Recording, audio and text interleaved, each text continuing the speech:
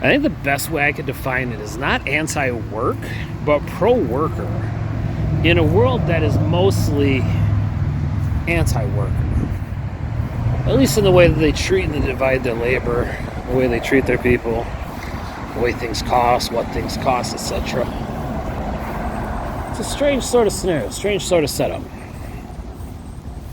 It's very strange indeed. Booth Monkeys needs a theme song. Hello, Internet. Mr. BPG here, and here we are. Let's get right back into it. Alright, so interior booth hallway. Day. The aisle is dark. There is lighting overhead that provides just enough light to see where we're going. And Jenny, a 23-year-old woman, walks into there wearing the new movie theater polo slacks combo. She's a pretty woman with an even complexion and dark hair. Her big eyes stand out and her hair is tied up. Based on just, I don't know, whoever we cast, it's always been that sort of like hair tied up means business kind of mode, and this person's here for business. So interior booth moments later, Dre's at the table reading a comic book as all the projectors click and flicker in the background. Except for one, which Ryan is working on reloading. Ed is asleep on a very comfortable chair in a dark corner of the room. Everyone is wearing their booth robes, and Jenny enters into the room in her uniform. She quietly judges the room, clears her throat hoping to get some attention. Her voice can't even be heard over the sound of the projectors, so she has to walk over to the table and tap Dre on the shoulder. Excuse me. Dre wakes up. I'm sorry, employees only. I am looking for the employees. Are you one of the projectionists? Dre answers yes. Okay, then you can help me. No, I'm not starting until 5, so... I was told all the projectionists work together on Friday. Yeah, we are. You know, I'm Andre. Call me Dre. The projectionist on duty right now is Ryan. He's down the hall, and Ed, well, you know, he's sleeping off the morning shift, you know. Was here since yesterday, kind of. Do you know? No? You don't know? Ed wakes up at the table. He surprises Jenny by peering over his shoulder. The idea being is that even though he was asleep, suddenly he's awake. Ed runs down the hallway. Sorry, the robes are his way of keeping the booth dust-free. He's a good manager, and here comes Ryan. And just then, Ryan returns from the projectors with a schedule in his hand. Number 3 is ready, and then Ryan's eyes go blank as he takes a look at Jenny. I knew the second we'd met, you'd go to my head. I took Here's a where we do the breath musical. and This is a quick cutaway where we go to the booth tables and time slows down and light dims around everyone in the room except for Ryan and Jenny. And Ryan, how do you say, he enters the room. The music is entranced by Jenny's eyes. He stands up and walks over to her, and then she takes him by the hand. And then when she takes him by the hand, their arms are at their waist. Ryan looks deep into Jenny's eyes and smiles, and then she turns to her left and reaches her hand up to the wall. She pushes the wall down, and it falls to the floor, revealing that they're in a small field of hills covered with flowers. She runs away from Ryan into the field, beckoning him to chase her. Ryan looks around for his friends, but since they've all disappeared, he starts off in a slow walk and then follows Jenny into this world of fantasy. Exterior flower field day later in the fantasy. Jenny runs through the flowers, beckoning Ryan to chase her. Ryan chases her in playful manner, and they eventually reach the top of the hill, where she stops and Ryan catches her. As he grabs her hand and spins her around, they continue to spin in a circle at the top of the hill. Ryan becomes even more enchanted by Jenny's eyes. They stop spinning. He falls down to the earth. He sits up, he looks her eyes once more. He leans back and gives her a small kiss on the lips. The first kiss is almost accidental, but the second kiss lands and sticks, and then they begin to just start making out. And then as Ryan and Jenny's passion gets hotter and hotter, the song builds and gets bigger and bigger, and it just keeps on going to the point where you're like, alright, it's getting a little uncomfortable. And then finally we cut back to the booth later, where Ed, with his robe on, throws it over Jenny's shoulders, and the word on the robe is guest. Open the show. Ed returns to his desk, sits back in his chair, and he puts his legs on the desk and returns to his nap. Ryan wakes out of his fantasy. Dre tells Jenny, well, we're your booth monkeys. Jenny asks, going back to sleep? I was hoping to talk to all of you once we were all together. Ed responds with his eyes closed, I'm listening. Well, my name is Jenny, and I was selected by the corporate office to take over this theater and bring this theater up to the 21st century. I have been sent to help you through the transition. What transition is that, says Dre? Well, Jenny says, the company has decided to stop showing film prints at all of our theaters. Our theaters will be switching to digital projectors over the next 10 years, and over the next 2 years, we'll be one of the first programs to go all digital. The first digital projector comes in today, just in time for us to get the movies ready. Your favorite, Star Saga or Star Wars? I don't know. We're going to do some sort of, fan movie here where we're just oh, we can't wait for this big versus. Jenny basically says, you all are going to be moved away from the title projectionist and brought into the film crew. We only need one of you to remain in the booth as a part-time person to manage the files into the new 4K projectors, the DLPs. I'm sorry to say, but all of your salaries will be reduced back to the film crew rate. The maximum for your department is 8 to 25 an hour. And projection supervisor, you'll get that extra $1 an hour, of course. Hold on a second, says Ed. This is the first I'm hearing of this. Jenny says, haven't you checked your email? What's an email, says Ed. Again, going back to the idea of the old school guy playing it up. But Ryan taps Ed's shoulder and points out the CRT computer that's sitting underneath a collection of boxes. You can't do any of this, says Ed. We have a union. Booth Monkeys meeting right now. Ed storms down the hallway. Ryan and Jenny look nervously. They begin to talk towards Ed, and they are stopped by Dre. Jenny goes into the booth office and waits. I will be right back, I guess, says Dre. Exterior back door. Dre and Ryan are standing around at the smoking area. Shocked, Ryan paces back and forth. You can't say that you didn't see this coming, says Ed. I'll say it. I ain't seen nothing coming, said Ryan. How, said Ed. The theater companies broke the unions years ago. How do you think you monkeys ended up in this booth to begin with? It's not how I remember it, says Dre. Oh, yeah. And companies lobbied and refused to do the collective bargaining, and then eventually they got their way. Old guys like we are allowed to stay on and train you young kids just long enough for this technology to replace us all. That cigarette, I'm going to cut out that cigarette shit. Yeah. Anyways.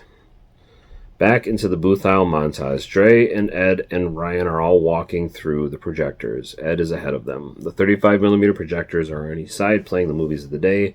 There are flashes of colors and lights streaking across the men as they walk their face. They walk in hard. Dre in voiceover. It was a good job. It was a bit repetitive at times. Good hours, good pay, and all the popcorn and soda you could drink. But damn it was hard work. But it was about to come to an end. Because remember, we're still doing a story with a kid. All through the booth there, fixings of the booth where Dre and Ryan were first trained. Ed shows them young men how to put a movie together. Come a little montage. The mechanics of the projector in extreme slow motion need to be shown here as we walk up to this final moment. Corporate boardroom. Typical group of men in fancy suits and titles. Somewhere, Ed's voiceover. Somewhere in some boardroom, a decision was made to replace film at a lower cost with digital. Imagine how much money they save. There's no film to expose and to process, to print, to ship, and exhibit. Finally, back at the bed door, Ed finishes his cigarette, throws it to the ground, and just says, no. He quickly goes through the doors with a fury. The door slams behind him. Dre and Ryan look at each other, and they follow him in. Back to the interior booth tables moments later. Dre and Ryan walk up to the tables, and they can listen into the office as they hear all the way at the other end of the booth. Inside the office, Ed's voice can be heard yelling, but it is really hard to hear what he's actually saying. And then very quickly, he leaves the office, walks directly towards Ryan. Dre gives them both a hug. Never change. I love you guys, and it was great working with you. Ed grabs his coffee cup, grabs his trusty splicer. He then goes to the booth table, takes out a hunting rifle, and slings it over his shoulder. Looks at the vents above Jenny, thinks quietly for a moment, and then he turns and leaves. Ed, This is the end of the last golden age of cinema. Digital projectors will be the end of this fucking booth, monkeys. Taxation is theft. Fluoride is a neurotoxin. And he just runs out with all the bullshit he says. That's Ed in a nutshell. Ed walks down the booth aisle on his way to the back door, and he stops at the projector. He looks at the theater and sees the credits playing on the screen. He then walks past the projector. With the platter where the film is beginning to be rewound, he shoves that tiny remainder of film on the floor, causing the film to jam and melt across the lamp and break into two pieces. Alarm goes off across the booth. Dre runs into that direction of the air playing in the projector, and Jenny walks closer to Ryan. Jenny to Ryan. Listen, film is an expensive business. These new DLP technologies are going to replace the need to record and distribute media. Since Ed just resigned, you will be my booth manager. Ryan says, why me? Still kind of in his days of falling in love with this person on first sight. Well, because Dre was just sitting around while you were doing the work. Plus, you seem like you'll do whatever I tell you to do. And I need someone I can boss around. I'll do whatever I want. Ryan is stuck. So I'm going to make this the best theater it's going to be, says Jenny.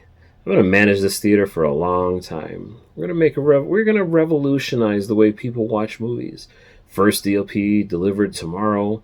Then you and Dre will be replacing one projector a week over the next 3 months. You will manage the booth, and, well, Dre can work as part of the film crew. If he wants. Any questions? What's DLP? Oh, you're silly. Read your emails and take down all these posters first and foremost. Really good at this. And then that big moment. Jenny says to Ryan, take down these posters. They're a fire hazard. Takes down the first poster herself on the way out. Ryan just says, wait, no, I can't, but Jenny turns and walks away from the booth. She takes off her robe, throws it onto Ed's chair. Ryan turns back to the booth aisle, and Dre joins him at the projector. Interior booth projector continuous. Dre has his face first into the brain of the projector tree. He has a splicer in his hand, and he attaches both of the film strips back together, beginning to finish wrapping up, cleaning up the movie that Ed made a mess of. Almost done here. Fucking Ed. Is she gone? Ryan, what happened? Ryan just admits. This is the end of the booth, monkeys. And then we're going to transition to, bam, the booth monkey montage, where we'll pick up again in the next episode. We are ready for any scenario. Back to the booth monkey. So, to this point, we're basically exactly where I remember it being right after that housing crisis. Coming out of my earliest days in media, I immediately came into a housing crisis and job crisis where the internet was changing the way we consume media. It had been after I left being a projectionist and saw sort of the writing on the wall when I came back.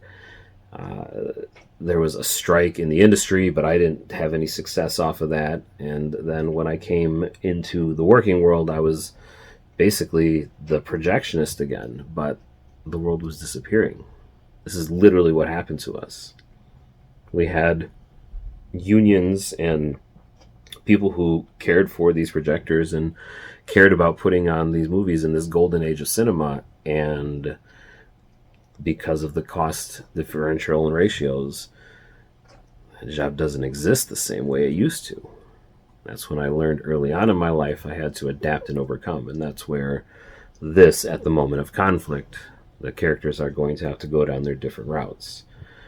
Ryan, being a true lover of the cinema, ends up staying because he's meant to. And obviously, is the love at first sight might be a film cliche, but there is something to be said about that as part of what happens, again, with the foreshadowing, with everything else that's happening in the story.